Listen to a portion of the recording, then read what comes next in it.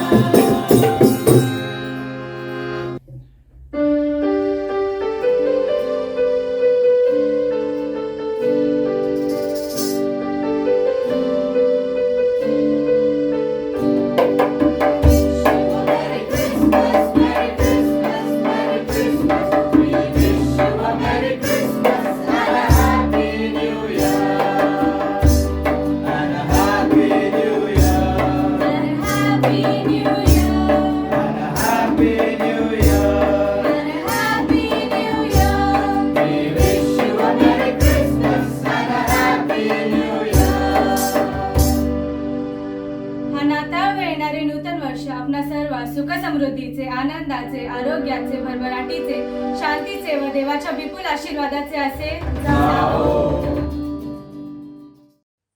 देई बापाला धन्यवाद असो. प्रियानो, आज रविवार दिनांक 12 डिसेंबर 2021 प्रभू श्री ख्रिस्ताच्या अतिशय मूल्यवान नावामध्ये मी आपणा सर्वांचे हार्दिक स्वागत आणि अभिनंदन करीत आहे. आणि प्रियानो, आगमन समयातील हा तिसरा रविवार आहे. देवाने आम्हाला येतपर्यंत सहाय्य केलं. आम्ही देवाचे आभार मानूयात आणि देवाची उपकार स्तुती करूयात. आपल्या आजच्या भक्तीला आम्ही प्रारंभ करीत आहोत. प्रार्थना करू.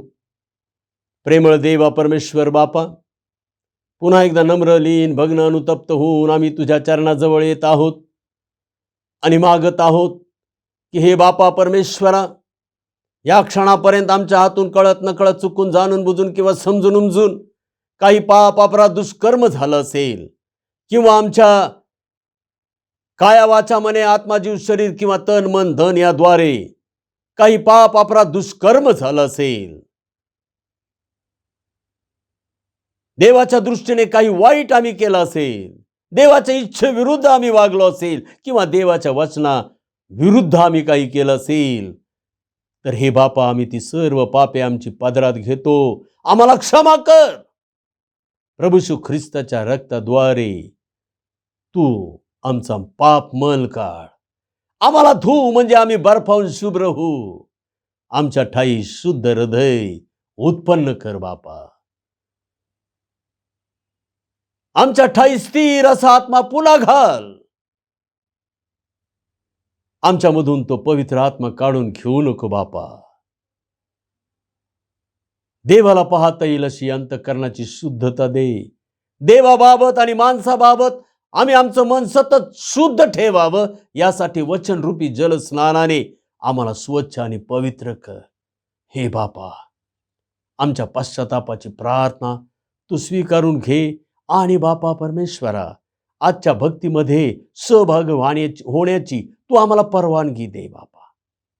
आत्म्याने व खरेपणाने आम्ही तुझी उपासना करावे, यासाठी बापा परमेश्वरा तू आम्हाला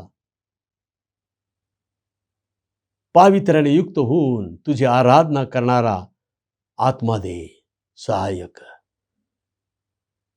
बापा परमेश्वरा. या भक्तीमध्ये आम्ही स्तोत्रे, गीते, आध्यात्मिक प्रबंध म्हणू, त्यावेळेला बापा केवळ ख्रिस्ताचा गौरव होऊ दे.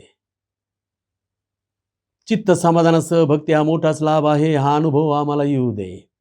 सर्व साहित्याने शक्ती, क्लुप्ती, अडखण, अडथळा येशू ख्रिस्त आमचा प्रभू याच्या नावामध्ये आम्ही बांधून टाकीत आहोत. हे बापा, तुला गौरव, मान, महिमा, धन्यता आणणारा प्रेमळ प्रिय प्रभू येशू ख्रिस्त त्याच्या नावाने मागतो म्हणतो आमच्या स्वर्गीय बापा. आमेन. देई बापाच्या उपकार स्तुतीसाठी यावेळेला आपण सर्वजण उभे राहूयात आणि गीत गाऊया.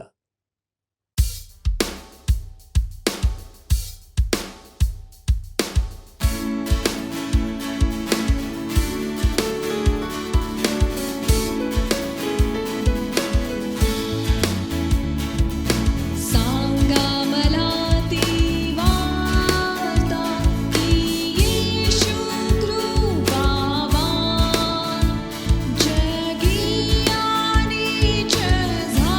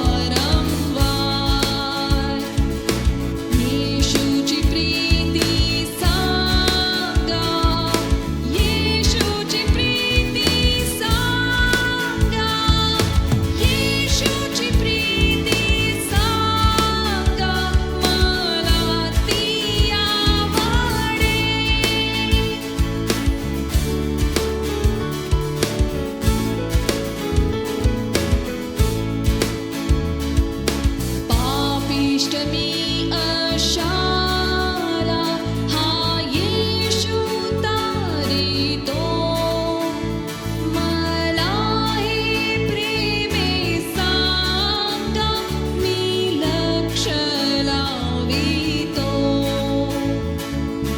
दुःखित असताना निराश होतो मी मला आधार द्याया ती सांगाने हमी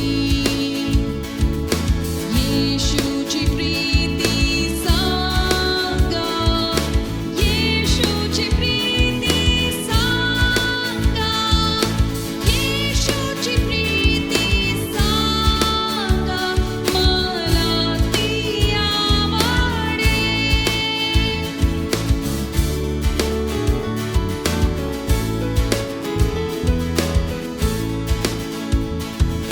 कीर्ती कधी जगाची ही इष्ट दिसती तै सांगा येशू प्रीती ती तृप्ती करीती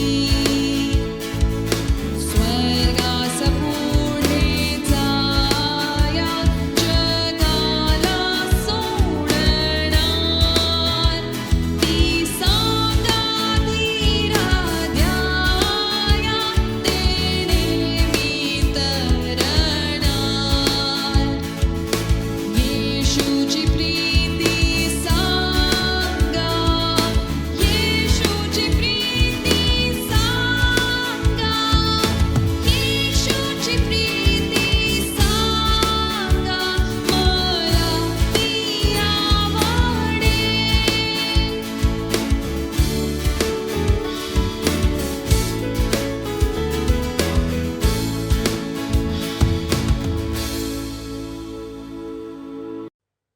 उभे असतानाच आपण आपला विश्वासांगीकार म्हणजे प्रेषितांचा मतांगीकार सर्व मिळून जाहीर करूया.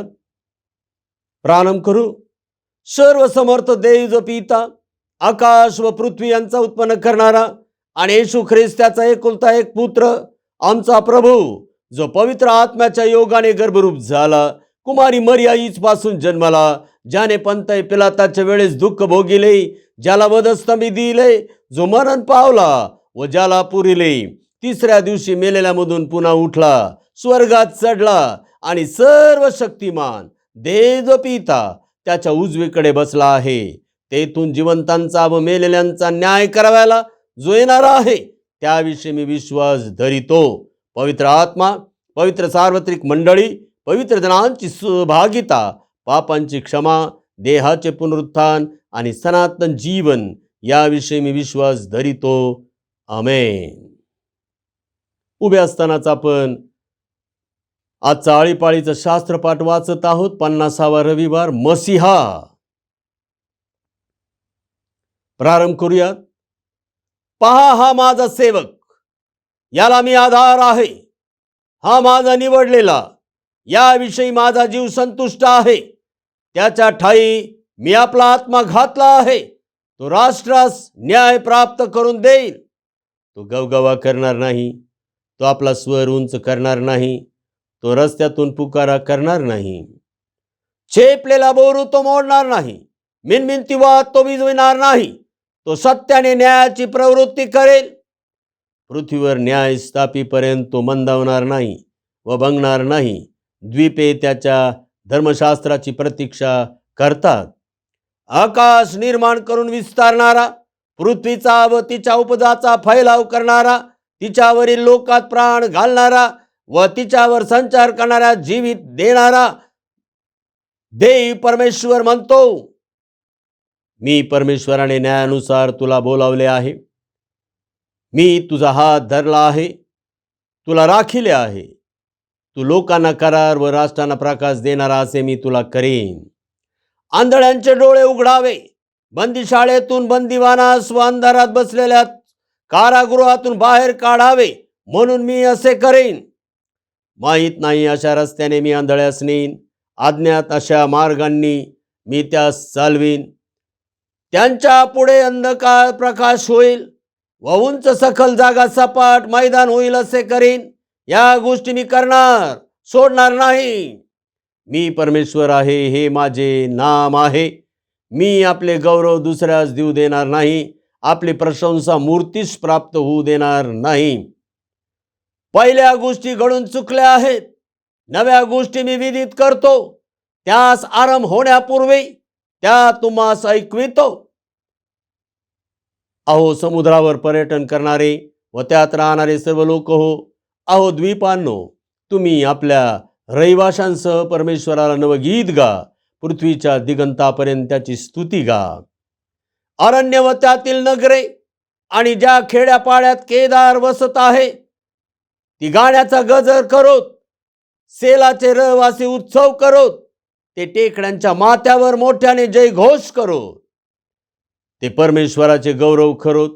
द्वीपांतरी त्याचा गुणानुवाद करोत. आमेन.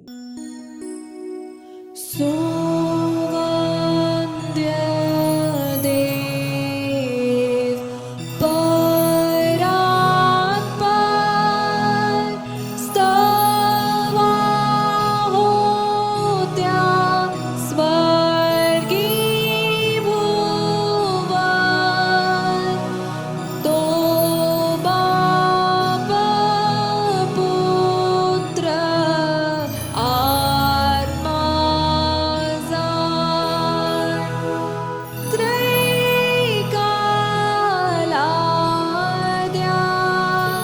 अनंतमान. आमेन.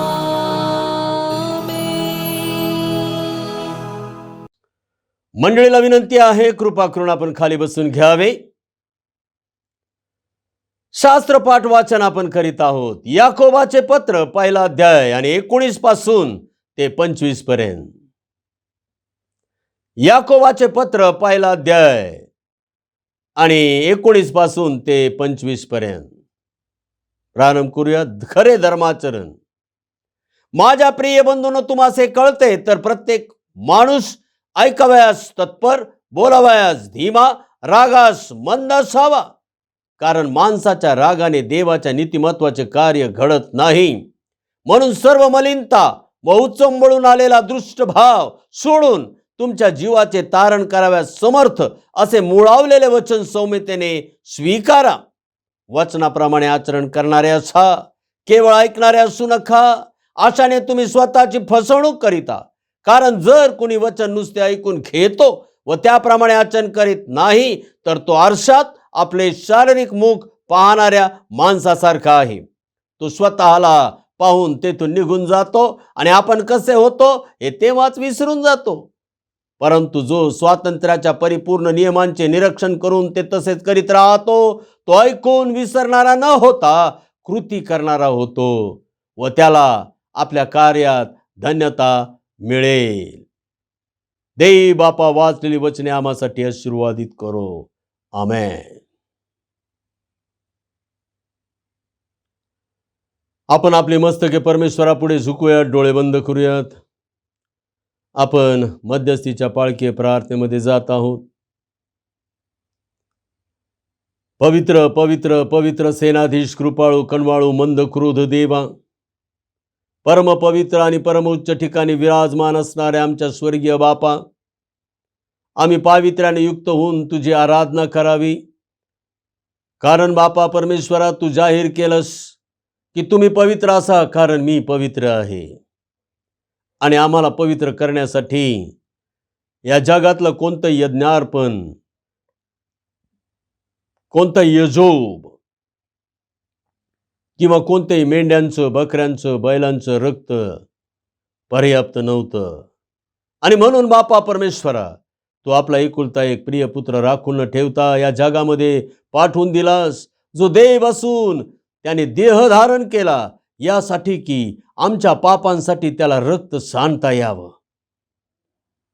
त्याने देह धारण केला आणि त्याने वधस्तंभावर आपला प्राण दिला. त्याच्या निर्दोष आणि निष्कलंक रक्ताने त्याने जाहीर केलं की ख्रिस्त येशूमध्ये असलेल्यांना दंडाज्ञा नाहीच. त्याने आपल्या निर्दोष आणि निष्कलंक रक्ताने आम्हाला सर्व पापापासून शुद्ध केलं, पवित्र केलं, आणि म्हणूनच आज पावित्र्याने युक्त होऊन देव जो परम पवित्र त्याची आराधना आम्ही करू शकत आहोत. आम्ही नतमस्तक होतो, तुला नमन करतो, पाया पडतो. होय बापा, तुझी भक्ती करण्याचा अधिकार तू कोणालाही दिलेला नाहीस. ज्यांनी प्रभू येशू ख्रिस्ताचं रक्त पांघरून घेतलेला आहे त्यांनाच हा अधिकार तू दिलेला आहेस. आम्ही तुझे आभार मानतो. पुन्हा एकदा आगमन समयातील बापा परमेश्वरा, ह्या तिसऱ्या रविवारच्या भक्तीमध्ये आम्ही आहोत आणि प्रभू येशू ख्रिस्ताचं पहिलं आगमन आम्हाला शुद्ध करण्यासाठी झालं. आता प्रभू येशू ख्रिस्ताचं पुनरागमन होणार आहे. ते जे शुद्ध झालेले आहेत, जे पवित्र झालेले आहेत, त्यांना घेऊन जाण्यासाठी प्रभू आम्ही त्याची वाट पाहत आहोत. आणि म्हणून हे पहिलं आगमन स्मरण करत असताना आमच्या शुद्धतेची खात्री आम्ही करून घेत आहोत. हे बापा परमेश्वरा, पुन्हा एकदा मंडळी या नात्याने तुझ्या पुढे येत असताना बापा आम्ही तुला धन्यवाद आणि गौरव देतो. आजच्या या भक्तीमध्ये जी प्रत्येक लहान थोर व्यक्ती सहभागी झालेली आहे त्या प्रत्येकांना बापा तू आशीर्वादित कर. प्रत्येकांच्या कुटुंबामध्ये तुझी सुख, शांती, आनंद, समृद्धी, वैभव, आरोग्य, प्रीती, ऐक्य, स्थैर्य भर. प्रत्येकांच्या अवतीभोवती तू आपल्या दिव्यदूतांची छावणी ठेव, जेणेकरून कोणताही रोग, आजार, महामारी कोणाच्याही आसपास सुद्धा येणार नाही. मेथोडिस्ट मराठी चर्च पुणे यांच्याद्वारे बापा हा उपक्रम राबवला जात आहे. त्या प्रत्येकांना तू आशीर्वादित कर. हे बापा परमेश्वरा, मेथोडिस्ट मराठी चर्च पुणे यांची पास्टेट कमिटी, पास्टेट कॉन्फरन्स तू आशीर्वादित कर. आणि बापा तू गौरीला जा, उंचवीला जा.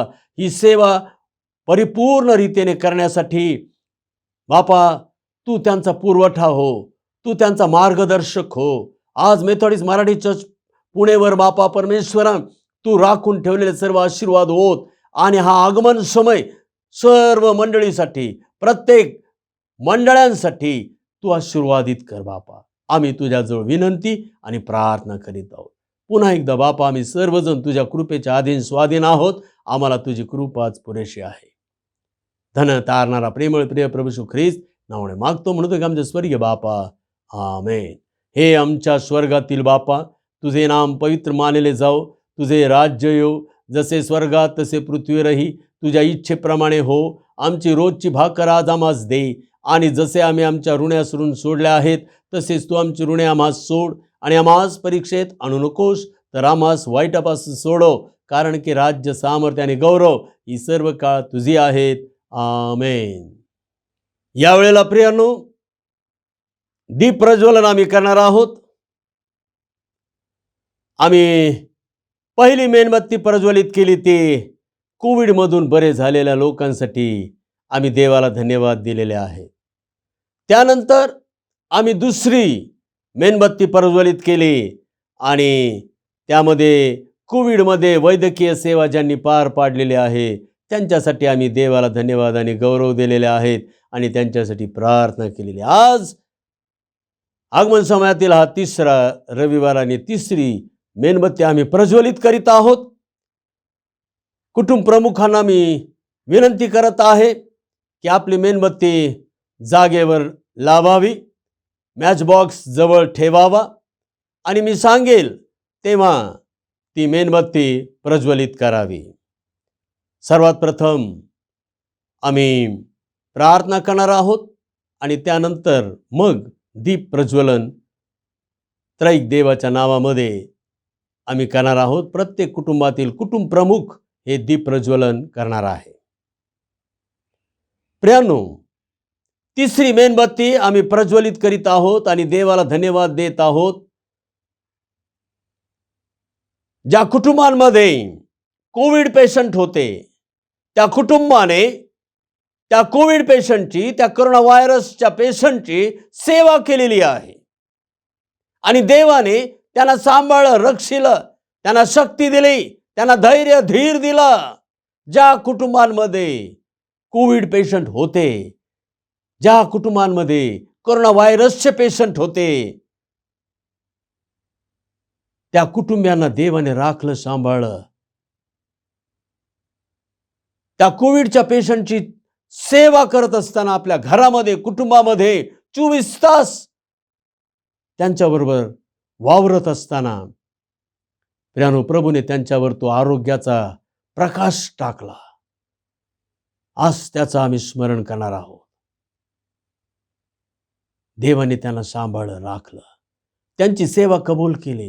तुम्हाला माहिती आहे का, वैद्यकीय सेवा पार पाडणाऱ्यांपेक्षाही मोठी सेवा मी तर मानतो ज्या कुटुंबामध्ये कोविड झाला होता आणि त्या कुटुंबियांनी त्या कोविड पेशंटची सेवा केलेली आहे, त्या कुटुंबियांची सेवा मोठी आहे, मोठी आहे. देवबापा त्यांना आरोग्याने भरेल आणि त्यांना तो सर्व सामर्थ्य देईल. प्रियांनो,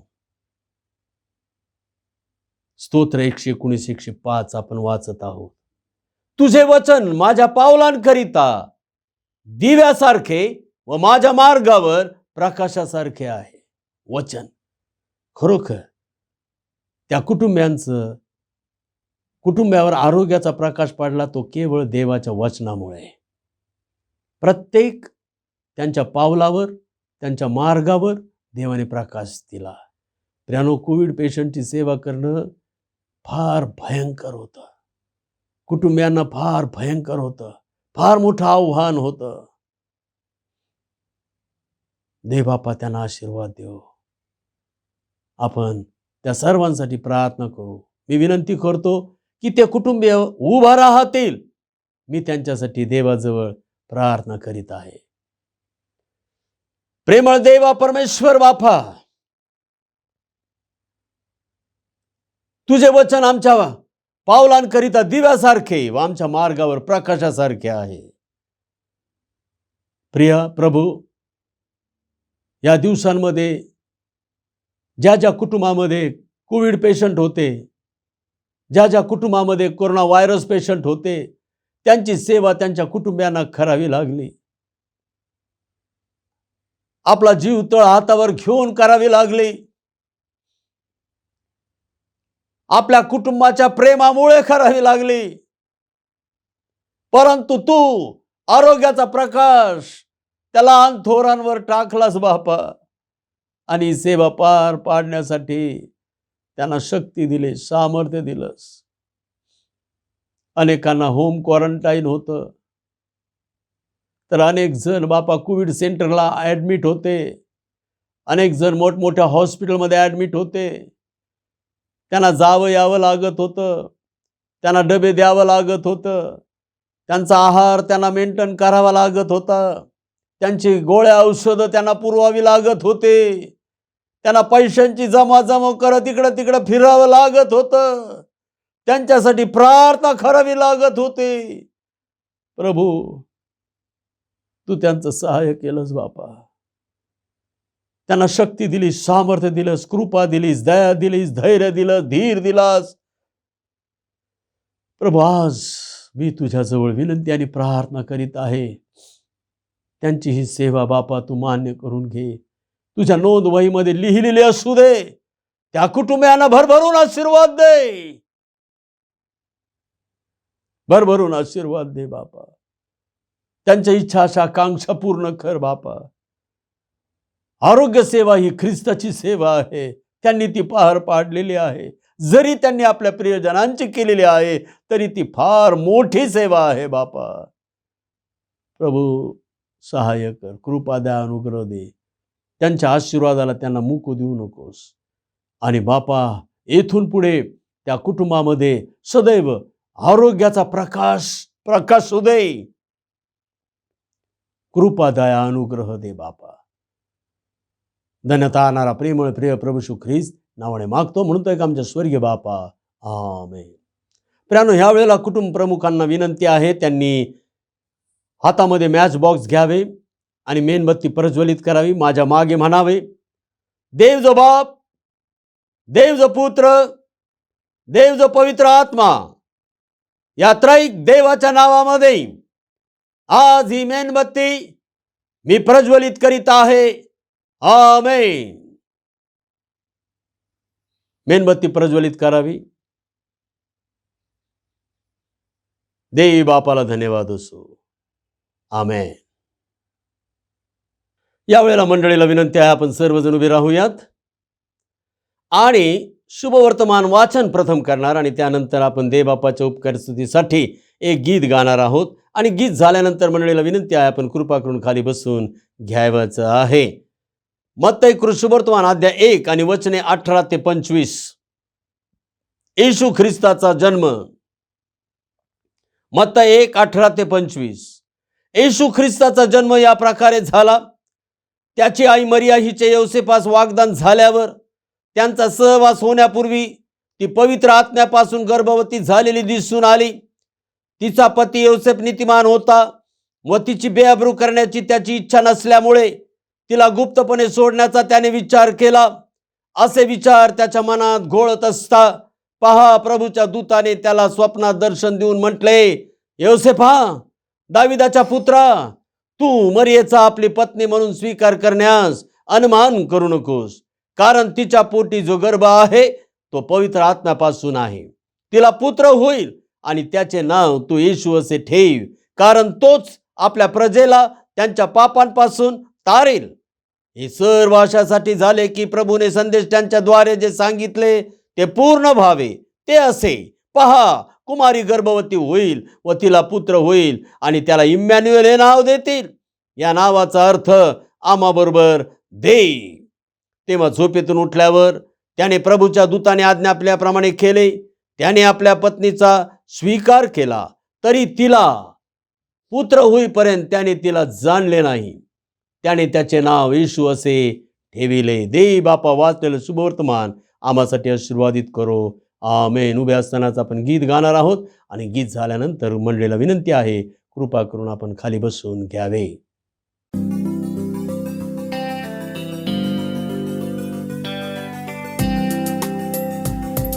ख्रिस्तास्तवा खाली वरी नमाहो त्यासमोर मुकुट घाला त्यावरी तो धन्य धन्य धन्य धन्य राजा थोर तो धन्य राजा थोर तो धन्य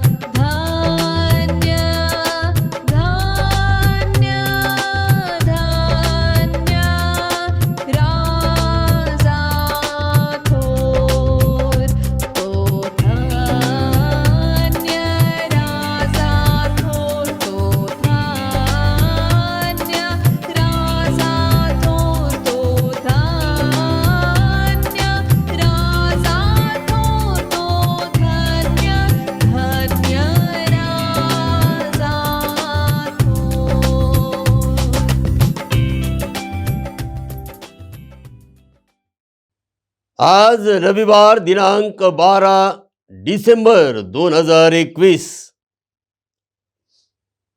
प्रभू येशू ख्रिस्ताच्या अतिशय मौल्यवान नावामध्ये मी आपणा सर्वांचे हार्दिक स्वागत आणि अभिनंदन करीत आहे. आगमन समयातील हा तिसरा रविवार. पर्यंत देवाने आम्हाला कृपा दया अनुग्रह पुरविलेला आहे. आम्ही देवबापाला धन्यवाद देऊया आणि आमच्या प्रभूला आम्ही उंचावूया. प्रियानो, आजच्या संदेशाकडे आता आम्ही जात आहोत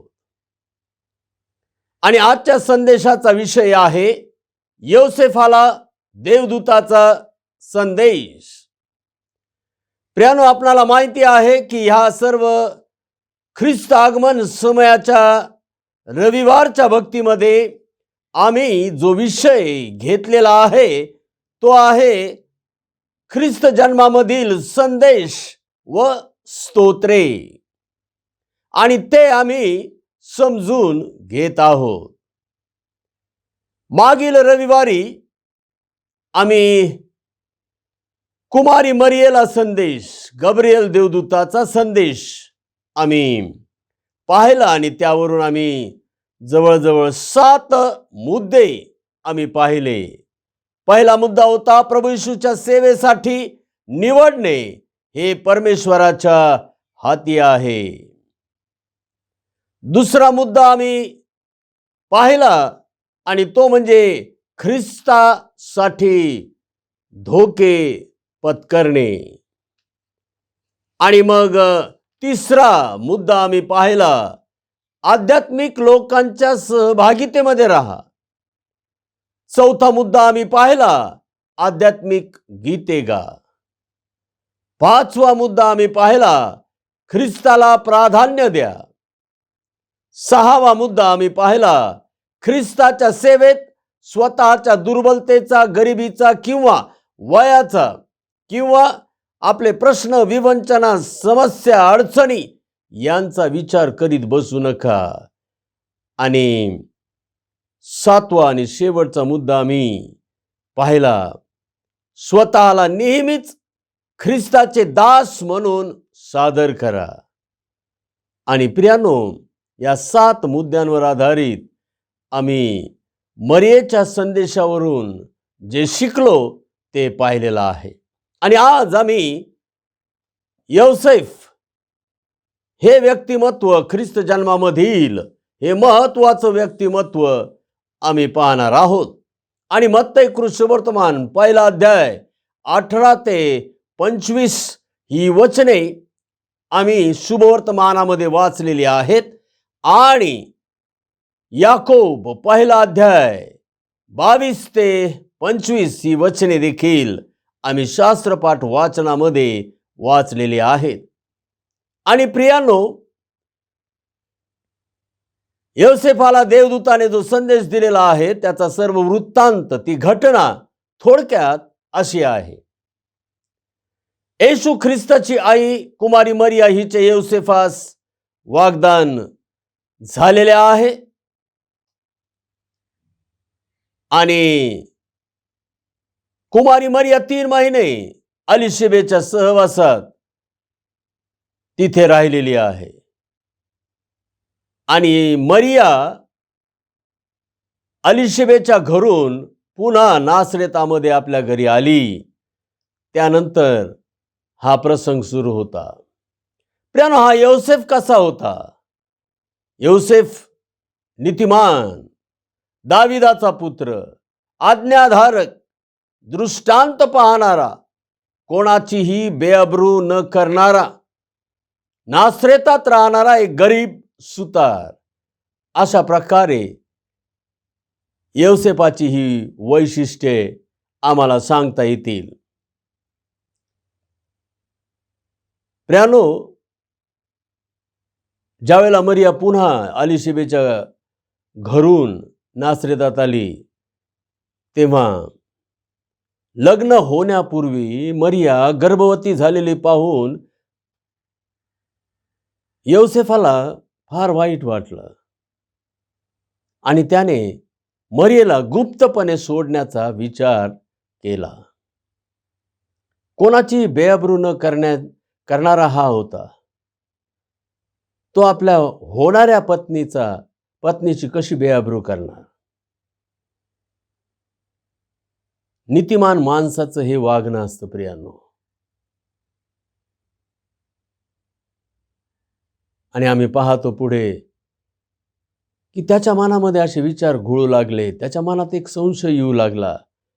आणि त्याच वेळेला प्रभूच्या दूताने योसेफाला स्वप्नात दर्शन दिलं व त्याला मरियेविषयीची सगळी हकीकत सांगितली.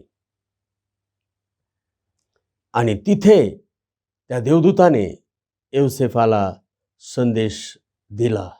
आणि तो संदेश काय होता पहा. मत्तई 1 आणि 20व्या वचनापासून पुढे. असे विचार त्याच्या मनात घोळत असता पहा. असे विचार म्हणजे मरियेला गुप्तपणे सोडून देण्याचा विचार त्याच्या मनात घोळत असता प्रभूच्या दूताने त्याला स्वप्नात दर्शन देऊन म्हटले, योसेफा, दाविदाच्या पुत्रा, तू मरियेचा आपली पत्नी म्हणून स्वीकार करण्यास सन्मान करू नकोस, कारण तिच्या पोटी जो गर्भ आहे तो पवित्र आत्म्यापासून आहे. तिला पुत्र होईल आणि त्याचे नाव तू येशू असे ठेव, कारण तोच आपल्या प्रजेला त्यांच्या पापांपासून तारील. हे सर्व अशासाठी झाले की प्रभूने संदेश त्यांच्या द्वारे जे सांगितले ते पूर्ण व्हावे. ते असे, पहा, कुमारी गर्भवती होईल व तिला पुत्र होईल आणि त्याला इमॅन्युएल हे नाव देतील. या नावाचा अर्थ आम्हाबरोबर देव. आणि देवदूताने योसेफाला संदेश दिला. योसेफाने मरियेचा स्वीकार केला. योसेफाने देवदूताचा स्वप्नातील संदेश मान्य केला व प्रभूच्या दूताने आज्ञा दिल्याप्रमाणे केले. 24वे वचन. तेव्हा झोपेतून उठल्यावर त्याने प्रभूच्या दूताने आज्ञा दिल्याप्रमाणे केले. त्याने आपल्या पत्नीचा स्वीकार केला. आणि प्रियानो, योसेफाने येशू बाळाचा जन्म होईपर्यंत मरियेला जाणलं नाही आणि त्याचा जन्म झाल्यानंतर त्याचं नाव येशू असे ठेवले. आणि हा सर्व थोडक्यात वृत्तांत असा योसेफाच्या संदेशाचा सांगता येईल. देवदूताने त्याला संदेश दिला, स्वप्नात संदेश दिला आणि स्वप्नातला संदेश योसेफाने मान्य केला. प्रियानो, योसेफ हा देवदूताचा संदेश मान्य करतो. आणि आज आम्ही हे पाहणार आहोत की योसेफाच्या संदेशावरून आम्ही काय शिकावे.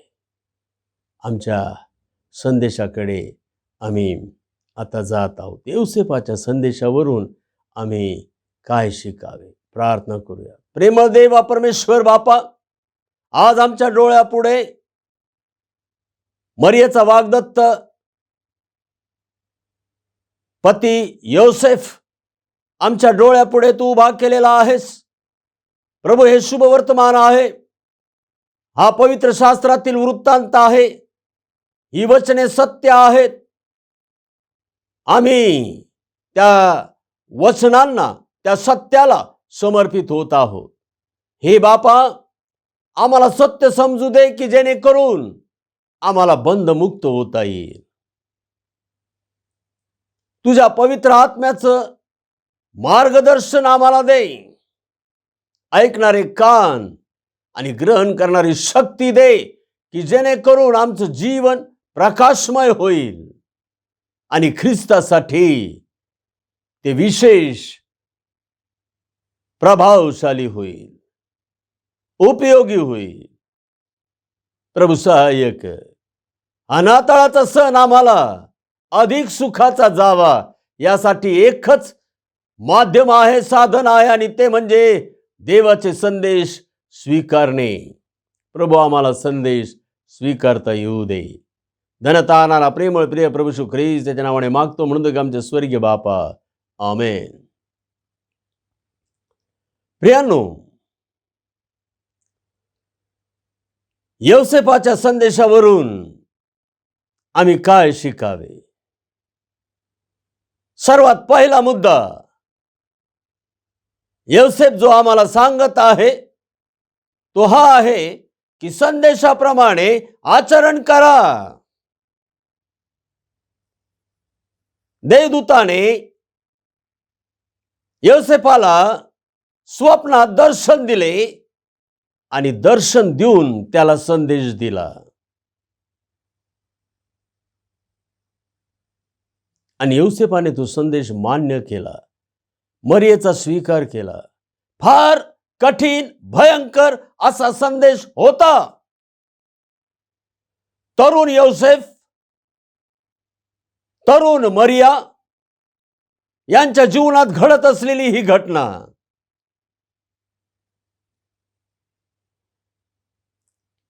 लग्नापूर्वीच आपली पत्नी गर्भवती झालेली हे पाहून त्याला हा स्वप्नात संदेश देत आहे देवदूत, स्वीकार कर. मनाविरुद्ध, इच्छेविरुद्ध हा संदेश, परंतु संदेशाप्रमाणे आचरण करणे हे फार महत्वाचं आहे. यौसेफाने ते केला. प्रियांनो, आम्ही पहिली गोष्ट शिकत आहोत, संदेशाप्रमाणे आचरण करा. याकोब पहिला अध्याय 22 ते 25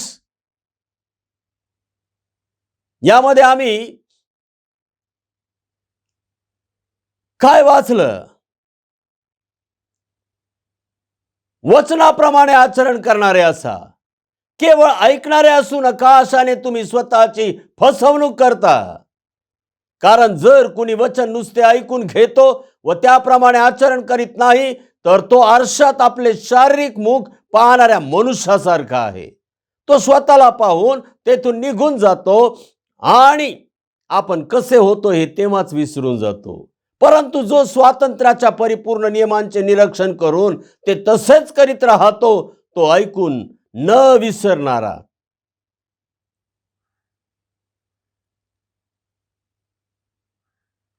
ऐकून विसरणारा न होता कृती करणारा होतो व त्याला आपल्या कार्यात धन्यता मिळते. आरशात मुख पाहून निघून जायचं हे फक्त संदेश ऐकणं झालं. परंतु आरशात पाहिल्यानंतर आरसा सांगतो की तुझ्या चेहऱ्यावर काय काय लागलेलं आहे, किती डाग आहेत, तुला काय केलं पाहिजे, तुला तो स्वच्छ कसा ठेवला पाहिजे. आरसा सांगतो, परंतु ते न ऐकता निघून जायचं आणि मग विसरून जायचं मी कसा होतो. परंतु जो संदेशाप्रमाणे आचरण करतो तो आरशात जणू आपलं मुख पाहतो, वचनाच्या आरशात आपलं मुख पाहतो आणि आधी चेहरा ठीक करतो आणि मग निघून जातो. प्रियांनो, जो नुसता आरशात मुख पाहतो निघून जातो ना, पुढे लोक त्याच्याकडे पाहून हसतात. कारण त्याच्या चेहऱ्याला डाग आणि त्याच्या चेहऱ्याला काही काळं लागलेलं असतं, काही विचित्र प्रकार झालेला असतो चेहऱ्यावर. लोक हसतात पण सांगत नाहीत. सांगणारा फक्त आरसा आहे. आरशाचं ऐकलं पाहिजे, फजिती होत नाही. परंतु जो आरशात मुख पाहतो, ठीकठाक करतो आणि मग तेथून निघून जातो, त्याची सगळी जण वाहवा करतात. अरे काय हँडसम दिसत आहे, काय ब्युटिफुल दिसत आहे. मुलगा असेल तर हँडसम, मुलगी असेल तर ब्युटिफुल. प्रशंसा होते, वाह वाह होते. वचनाप्रमाणे आचरण हे आहे. प्रियांनो, जर संदेशाप्रमाणे आचरण केले नाही तर आपण तिघांना फसवतो. जर संदेशाप्रमाणे आचरण केले नाही तर आपण तिघांना फसवत असतो. आणि फसवणं ही लबाडी आहे. आणि लबाडी ही सैतानापासून आहे. कारण सैतान लबाडीचा बाप आहे. आणि जेव्हा आम्ही फसवतो किंवा लबाड बोलतो तेव्हा आम्ही सैतानाचे झालेले असतो. सैतान आमच्यामध्ये आलेला असतो.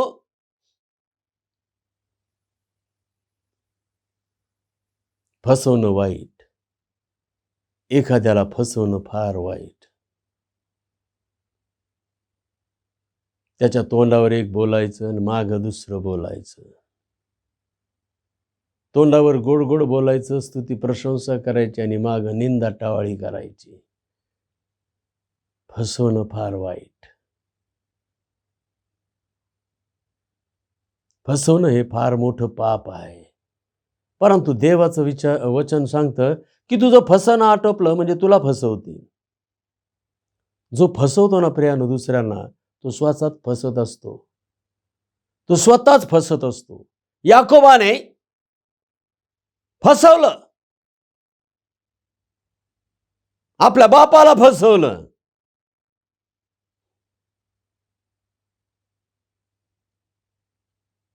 आपल्या भावाला फसवलं. फसवणारा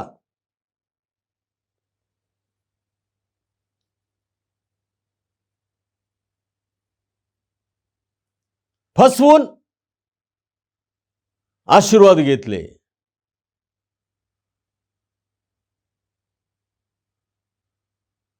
जो दुसऱ्यांना फसवतो तो स्वतःही फसतो.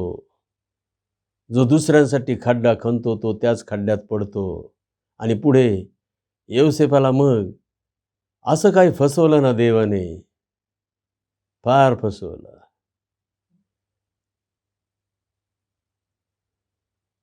राहेल त्याच्या प्रेमाची, प्रीतीची, पण लाबान त्याचा मामा त्याने फसवलं. लेया दिली तिची बहीण त्याला बायको करून.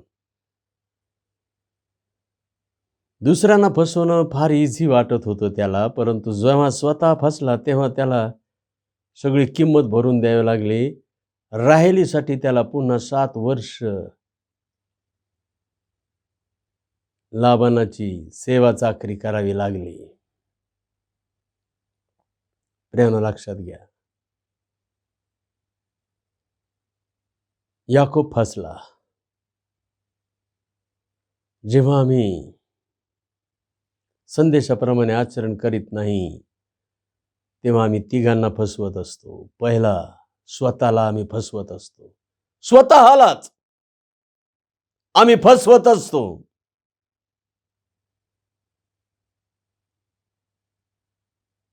संदेश ऐकायचे, वाहवा करायची. काही लोक तर अरे बाप रे, संदेशाची अशी काही स्तुती करतात ना, मला तर भीतीच वाटते बाबा. पाळसाहेब काय सुंदर संदेश होता आजचा. काय सुंदर संदेश. पाळक पण फुगून जातो बरं का, मी नाही फुगत. मी आधीच सांगितलेलं आहे. आणि म्हणून लोक माझ्या पुढं माझ्या संदेशाची प्रशंसा करायलाच घाबरतात.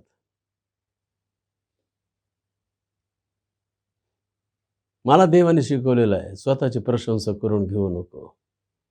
कारण संदेश तुझे नाहीत, संदेश माझे आहेत. बोलणारा तू नाहीस, बोलणारा माझा आत्मा आहे. मग तू स्वतःची प्रशंसा का करून घेतोस? प्रियानो, लोक अशी काय प्रशंसा करतील संदेशाची की पाळकाला किंवा संदेश वाहकाला असं वाटतं की किती आध्यात्मिक मनुष्य आहे. स्वतःला आध्यात्मिक नीतिमान म्हणून घेण्याचा हा एक मार्ग आहे. पाळक साहेब फार अद्भुत संदेश होता, फार अद्भुत. नीतिसूत्रामध्ये सांगितलेले खुशामत करणारे तोंड नाशास कारणीभूत होते. जो खुशामत करतो ना प्रियानो दुसऱ्याची, तो स्वतःचा नाश करून घेतो.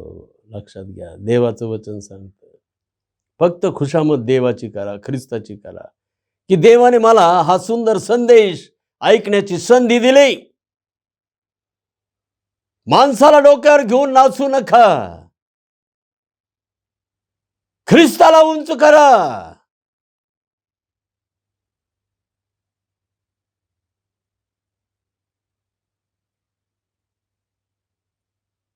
प्रियानो,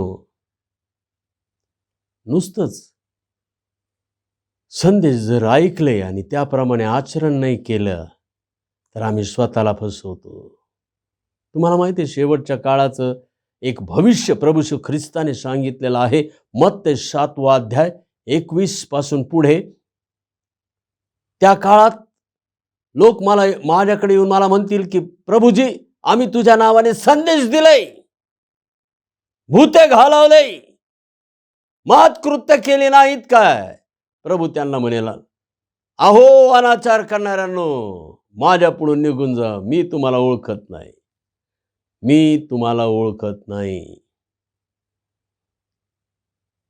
संदेश देणाऱ्यांची अशी तऱ्हा आहे, तर संदेश केवळ ऐकणाऱ्यांची आणि त्याप्रमाणे आचरण न करणाऱ्यांची काय अवस्था होईल प्रियानो, लक्षात घ्या.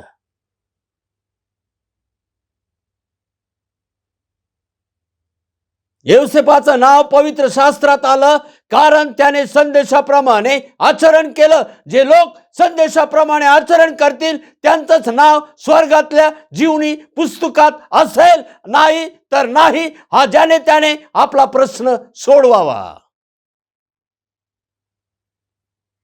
माझं नाव असेल का? काही वेळेला काय होतं माहिती आहे का, काही संदेश आम्ही मान्य करतो, काही संदेश अजिबात मान्य करत नाही. जे आमच्या मनाविरुद्ध असतात, जे आमच्या भावना दुखवणारे असतात, जे आमच्या इच्छेविरुद्ध असतात, ते आम्ही अजिबात त्याच्याकडे लक्षच देत नाही. यौसेफाच्या बाबतीतला हा संदेश फार कठीण होता, पण मान्य केला त्याने. संदेश म्हणजे काय गोड गोड गोष्टी नाहीत प्रियांनो.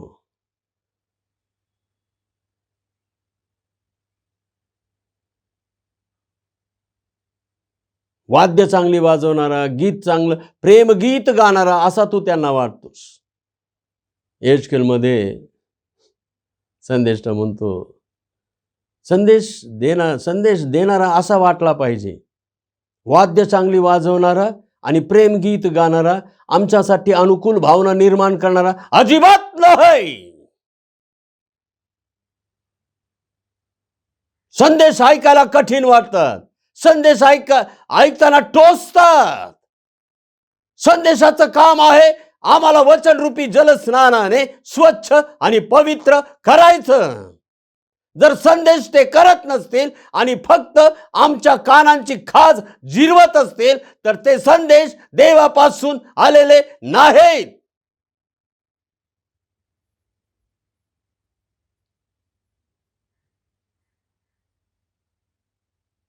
संदेश धुवून काढतात, स्वच्छ करतात. प्रियानो, संदेशाप्रमाणे आचरण केलं नाही तर आम्हालाच फसवू, आणि ते फसवणं आम्हाला कधी उघड होईल? जेव्हा प्रभूच्या पुढे प्रभू येईल तेव्हा आम्ही म्हणू, प्रभू तुझे फार संदेश ऐकले, वर्षाला 52 संदेश ऐकले, यूट्यूबवर ऐकले, व्हॉट्सअपवर ऐकले, मी तुम्हाला ओळखत नाही. जर संदेशाप्रमाणे आचरण करणार नाही तर स्वतःला फसवा, दुसरं कोणी फसत नाही, आम्ही स्वतःच फसतो. दुसरी गोष्ट,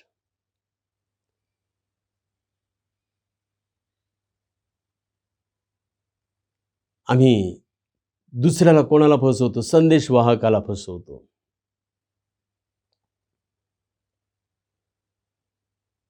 संदेशवाहक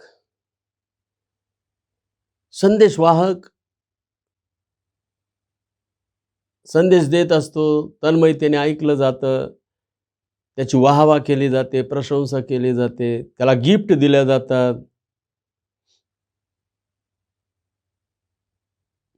संदेशवाहकाला असं वाटतं खरोखर हे संदेशाप्रमाणे आचरण करणारे आहेत. संदेशवाहक पण काही प्रमाणात फसतो. प्रियानो,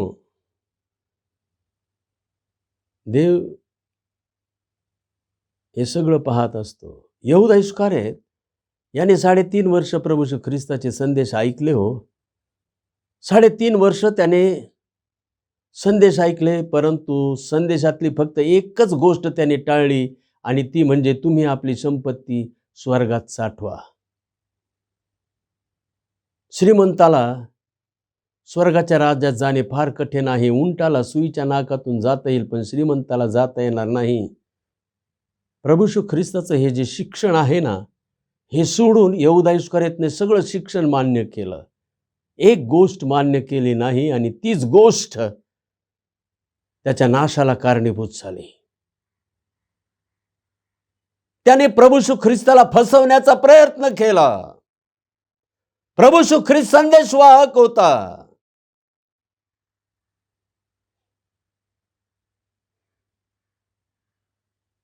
प्रभू येशू ख्रिस्त संदेश देत होता.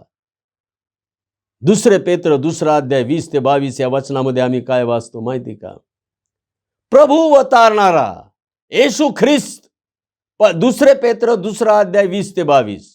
प्रभू अवतारणारा येशू ख्रिस्त याच्या ज्ञानाच्या द्वारे म्हणजे संदेशाच्या द्वारे जगाच्या घाणीतून सुटल्यावर ते पुन्हा जर तिच्यात गुंतून तिच्या कैहात गेले तर त्याची शेवटली दशा पहिल्या दशेपेक्षा वाईट झाली आहे.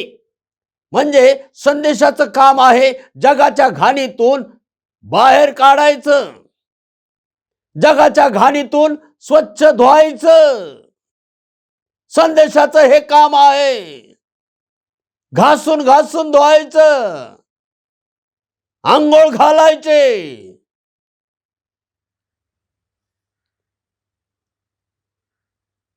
आणि संदेश ऐकूनही परत त्याच जगाच्या घाणीत गेले तर काय होतं? त्यांची शेवटली दशा पहिल्या दशेपेक्षा वाईट झाली आहे. तिथे संदेशवाहकाला सुद्धा आश्चर्य होईल बरं का.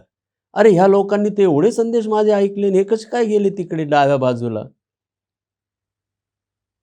हे कसे जाऊन पडले तिकडे नरकात? ह्यांनी ते एवढे संदेश ऐकले.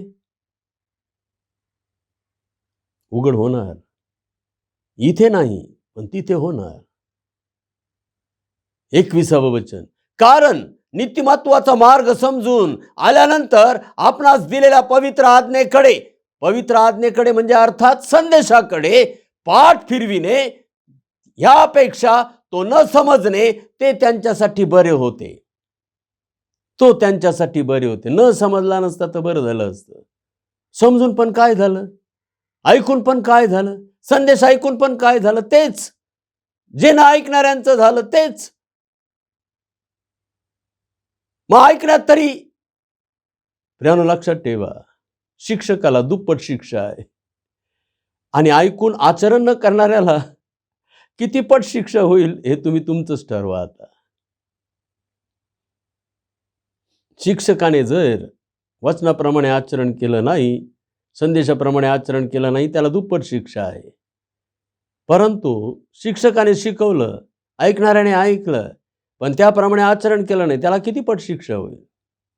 भयंकर शिक्षा आहे. यहूदा इस्करियोत डोळ्यापुढे असू द्या, त्यापेक्षा त्याला तो न समजला असता तर बरं झालं असतं. 22वे वचन. आपल्या ओकारीकडे परतलेले कुत्रे व अंग धुतल्यानंतर गाळात लोळण्यास परतलेली डुकरीण अशी जी खरी म्हण आहे तिच्यासारखी त्यांची गत झाली आहे. खरी म्हण.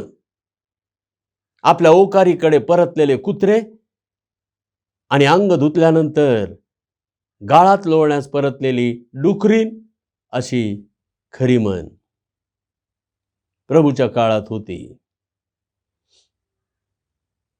तिच्यासारखी त्यांची गत झाली आहे. मग त्यांना कोण धुईलो?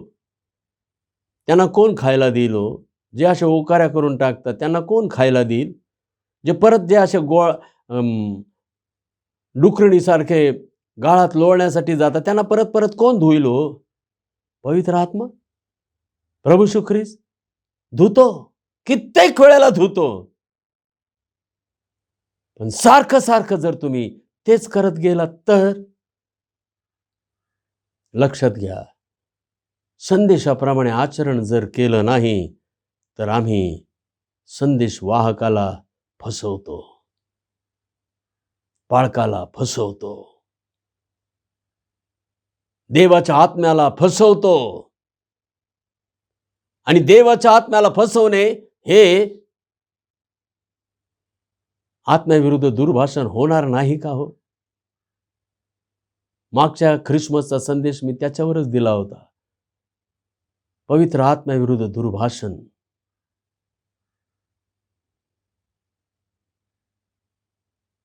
प्रियानो, आम्ही फसवतो संदेशवाहकाला.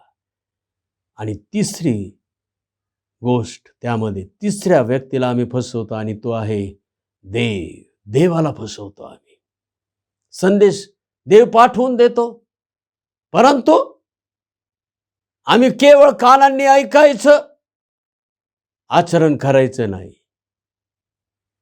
आम्ही देवाला फसवतो. देवाला फसवतो. प्रियानो, शाप आले की पश्चातापी व्हायचे. काहीतरी प्रॉब्लेम, संकट, अडचण आलं की मग पश्चातापी व्हायचं आणि आशीर्वादित झाले की देवापुढे उन्मत्त व्हायचे. देवाला फसवल्यासारखं नाही का होय? आता या कोविड-19च्या दिवसामध्ये मला इतक्या लोकांनी सांगितलं आणि इतक्या लोकांना मी जवळून पाहिलं. ज्या वेळेला लॉकडाऊन सुरू झालं मार्च 2020 मध्ये, त्यावेळेला लोक घाबरून गेले, जीवाच्या भीतीने घाबरून गेले. आम्ही मरतो की काय करतो असं झालं. आणि देवाकडे एवढे वळाले. घरात प्रार्थना, अरे बापरे, कौटुंबिक प्रार्थना, वैयक्तिक प्रार्थना, आणि मग त्या मोबाईलवरच्या प्रार्थना, आणि लोक सारखे प्रार्थना, संदेश, देवाचं वचन, आणि हे ते नाही. आता लॉकडाऊन संपलं, आता बरं स्थिर स्थावर झालं. आता जर विचारलं ना, आता काही नाही.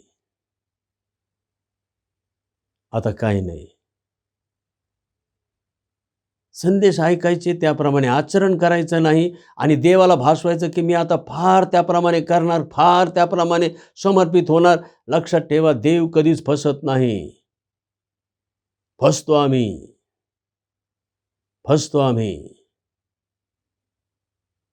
शाप आले की प्रार्थना, मग पॉवरफुल ब्रदर, आशीर्वाद सभा, मग काय करायचं, आणि शाप गेले की पुन्हा जैसे ते देवापुढे उन्मत्त व्हायचं, आपल्याच इच्छेप्रमाणे करायचं. नेहम्या 9 अध्याय आणि 26 ते 28 या वचनामध्ये आम्ही काय वाचतो? इस्रायल लोकांच्या बाबतीमध्ये बंदिवासात हे जे इस्रायल लोक गेले, त्यांच्याविषयीचा हा पश्चाताप नेहम्या करत आहे. आणि तो देवाला सांगत आहे, देवा, आम्ही कसे वागलो तुझ्या बरोबर. बंदिवासात जाऊन पडले, बाबेलच्या बंदिवासात, 70 वर्षांच्या बंदिवासात. नेहम्या एकटा पश्चाताप करत आहे. संपूर्ण त्या इस्रायल राष्ट्रासाठी, यहुदा राष्ट्रासाठी पश्चाताप करत आहे. तो काय म्हणत आहे? देवाला पाप कबूल करत आहे. काय पाप? नेहम्या संपूर्ण 9 अध्याय वाचा, तुमच्या लक्षात येईल. पण 26 ते 28 ही वचने मी वाचतो. पण त्यांनी आज्ञाभंग करून तूच विरुद्ध बंड केले. देवाने त्यांना कनानात आणलं, दुधामादाच्या प्रदेशात आणलं, आणि 430 वर्ष त्यांनी आज्ञाभंग केला. 490 वर्ष त्यांनी आज्ञाभंग केला. पण त्यांनी आज्ञाभंग करून तूच विरुद्ध बंड केले. तुझे धर्मशास्त्र त्यांनी पाठीमागे फेकून दिले. बाप रे, पवित्र शास्त्रच पाठीमागे फेकून दिलं. लॉकडाऊन मध्ये काही लोकांच्या अगदी उशालाच बायबल होत. भीती वाटली की लगेच बायबलवर हात ठेवायचा, भीती निघून जाते. खरंच जाते बरं का भीती. उशालाच बायबल ठेवायचं. झोपणे आली की उठायचं, लाईट लावायचं आणि बायबल वाचत बसायचं. नंतर काय केलं? पाठीमागच फेकून दिलं.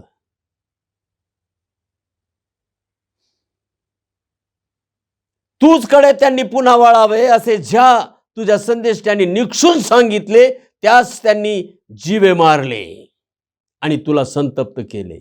प्रियानो, जेव्हा देवाचा संदेश त्यांना हात लावला जातो, स्पर्श केला जातो, त्यांना छळलं जातं, मारलं जातं, तेव्हा मात्र देव फार संतप्त होतो बरं का प्रियानो. लक्षात ठेवा. देवाचा संताप, देवाचा क्रोध कधी होतो माहिती आहे का? जेव्हा त्याच्या संदेशांना हात लावला जातो. सांभाळून राहा. उगाचच गंमत वाटू देऊ नका. देवाचं भय बाळगा. देवाला संतप्त केले. पुढे 27वे वचन, त्यामुळे तू त्यास त्यांच्या शत्रूंच्या हाती दिले. मग शत्रू, अनेक प्रकारचे शत्रू, रोग, आजार, वेदना, पीडा, भय, भीती, दडपण, अभाव, अडचणी आणि कितीतरी शत्रू. शत्रूंच्या हाती दिले. त्यांनी त्या संकटात घातले. तरी आपल्या विपत्काली त्यांनी तुझा धावा केला. तो तू स्वर्गातून ऐकला व तुझ्या दयेच्या बहुत कृत्यास अनुसरून, तुझ्या दयेच्या बहुत कृत्यास अनुसरून त्यास त्यांच्या शत्रूंच्या हातून सोडविण्यासाठी तू त्या सोडविणारे दिले. लक्षात घ्या, धावा केला परत देव ऐकतो. देव चांगला आहे हो. म्हणून देव परत परत दया करतो म्हणून असं समजू नका मी देवाला कसं फसवलो मागच्या वेळेला. देव फसत नाही बरं का प्रियानो. देव दयाळू आहे. देव दयाळू आहे. कोणाचाही नाश होऊ नये ही त्याची इच्छा आहे. आणि म्हणून देवाच्या सहनशीलतेची टर उडवू नका. त्याच्या सहनशीलतेची परीक्षा पाहू नका. देवाची परीक्षा पाहू नका. देवाने परत त्यांचा धावा ऐकला. त्यांना सोडवणारे दिले. त्यांना सोडवलं. पण 28वे वचन, पण जेव्हा जेव्हा त्या स्वास्थ्य मिळे तेव्हा तेव्हा ते तुझ्या समोर दुष्कर्म करीत. यामुळे तू त्या शत्रूंच्या हाती देत असस व ते त्याचवर सत्ता चालवीत. तरी ते तुझकडे वळून तुझा धावा करीत. तो तू स्वर्गातून ऐकत असस आणि तुझ्या दयेच्या कृत्यास अनुसरून तू त्यास अनेक वेळा मुक्त केला. अनेक वेळा मुक्त केला. अनेक वेळेला मनुष्याची मुक्ती होते आणि म्हणून मनुष्याला असं वाटतं मी देवाला फसवलं. देव फसत नाही. वचनाप्रमाणे आचरण न करून आम्ही स्वतःला फसवतो. आम्ही संदेश वाहकाला फसवतो. आम्ही देवाला फसवतो. पण फसत कुणीच नाही. फसतो फक्त आम्हीच. आणि म्हणून प्रियांनो, योसेफाच्या संदेशावरून पहिली गोष्ट आम्ही पाहिली, संदेशाप्रमाणे आचरण करा.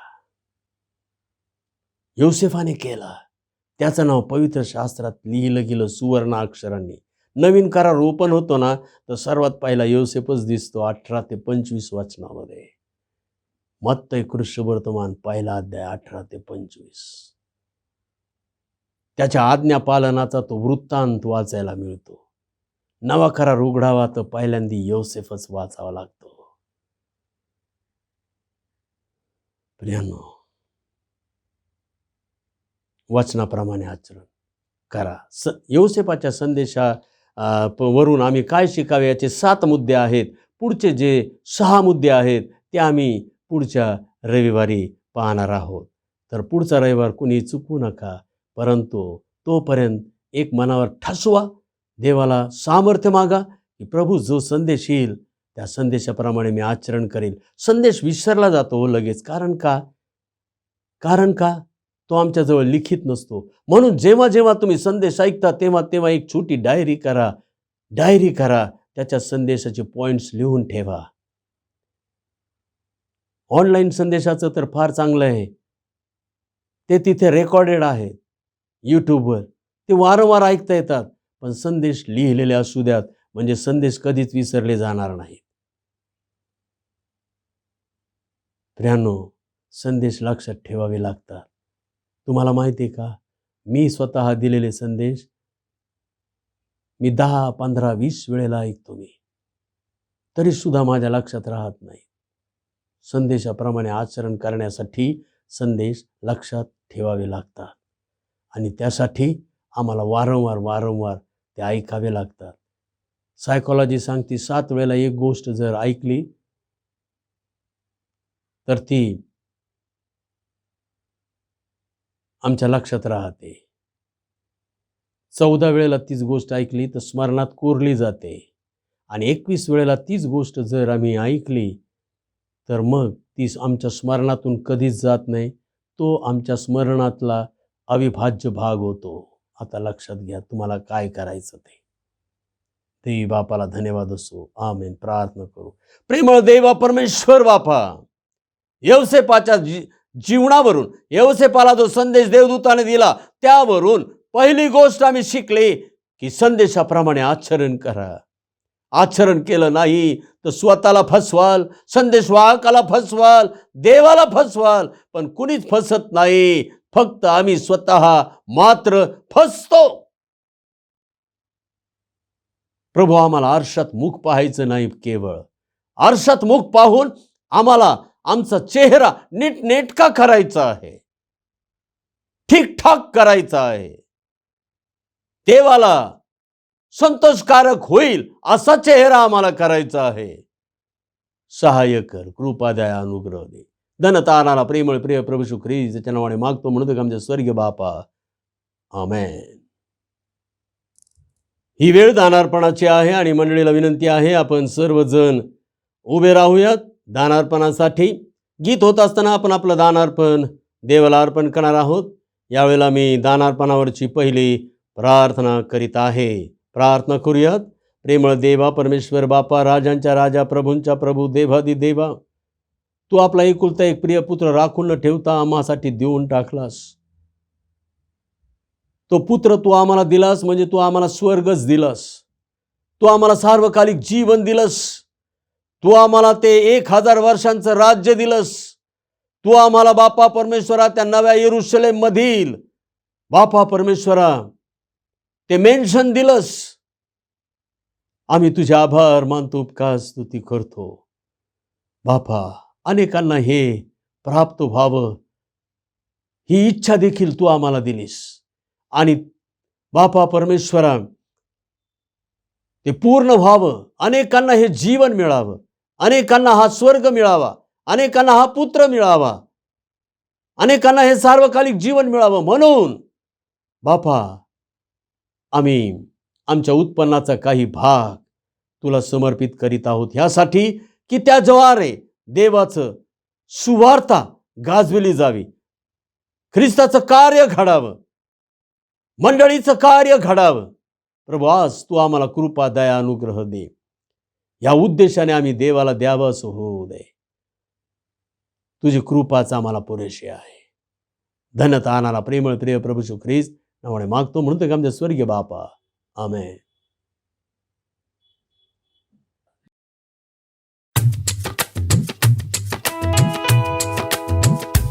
पतिताये चल सुचिवायाला, प्रभु येशु पदास धरी. अघ सिंधु मधुनितरायाला, प्रभु येशु कृपाच तरी. प्रभुच्या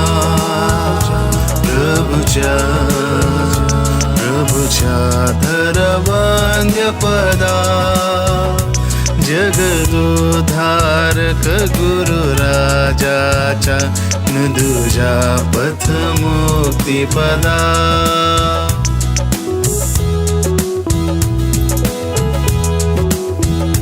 प्रभु येशु क्षितिवरी आलाया, बघतोची समर्थ सखा. अघ पाशा झड करी तोडाया, तुझ देईल नित्य सुखा. प्रभुच्या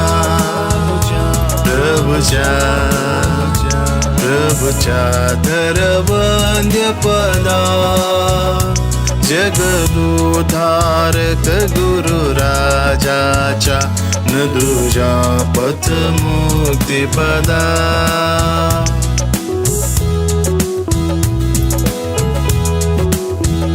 म्हणवी तो पतित सखा देई, अघमुक्ती विनम्र जना.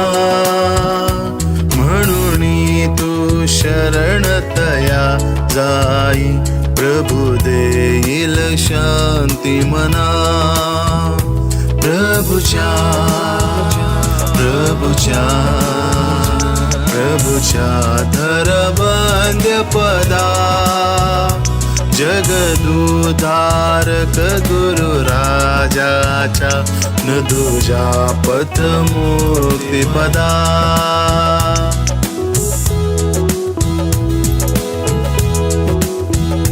मनुजांच्या हरि अवज्ञातापा प्रणती करुणा करीतो प्रभु पाशी चलते अजुनी पापा शरणागत तारकतो प्रभुच्या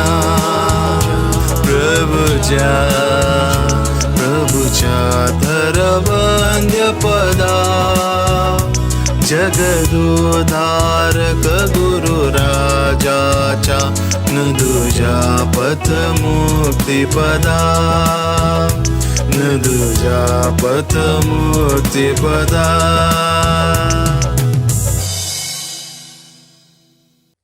आपण दानावर आशीर्वाद मागूयात. मंडळीला विनंती आहे आपण उभेच राहावे. प्रार्थना करू. प्रेमळ देवा परमेश्वर बापा, राजांच्या राजा, प्रभूंच्या प्रभू, देवाधिदेवा, आम्हाला अतिशय आनंद आणि हर्ष होत आहे की बापा आम्हाला तुला देता आलेला आहे. आमच्या उत्पन्नावर देखील तुझा अधिकार आहे, आमच्या कमाईवर तुझा अधिकार आहे. तो अधिकार तुझा तू प्रस्थापित करावा यासाठी आम्ही तुला देत असतो. जेव्हा तुझा अधिकार आमच्या उत्पन्नावर प्रस्थापित होतो तेव्हा त्या उत्पन्नाला शैतान स्पर्श करू शकत नाही. कोणताही रोग, आजार, वेदना, पीडा, भय, भीती, दडपण, अभाव, अडचण त्या उत्पन्नाला स्पर्श करू शकत नाही. बापा परमेश्वरा, तुझे बरकतीचे आशीर्वाद त्या उत्पन्नाला मिळतात. आज बापा परमेश्वरा, ज्यांनी दिलेला आहे त्यांना हा विश्वास दे, खात्री दे की आमचं उत्पन्न त्यावर तुझा अधिकार आहे. बापा परमेश्वरा, त्यांच्या उत्पन्नाला तू बरकतीचा आशीर्वाद दे आणि बापा त्यांच्या कुटुंबामध्ये तू सर्व आर्थिक बरकतीचे आशीर्वाद भर. बापा हे दान पवित्र कर, शुद्ध कर, तुझ्या पवित्र कार्यासाठी त्याचा उपयोग होऊ दे. त्यांना अधिक पट दे बापा. स्वर्गीय आकाश कपाटे उघडून घेवणार नाही एवढा आशीर्वाद दे. मान महिमा गौरव देवाला. धन्यता आणणारा प्रेमळ प्रिय प्रभू येशू ख्रिस्त नावाने मागतो म्हणतो की आमचे स्वर्गीय बापा, आमेन. आपण देव बापाचा आशीर्वाद मागूयात. आणि आता मेंढरांचा महान मेंढपाळ आपला प्रभू येशू ख्रिस्ताची कृपा, देव बापाची प्रीती, पवित्र आत्म्याची सहभागिता आम्हा सर्वांबरोबर इथून पुढे आमचा प्रभू येशू ख्रिस्त येईपर्यंत सदा सर्व काळ असो. आमेन. शालोम. देवाची शांती आम्हा सर्वांबरोबर असो. आमेन.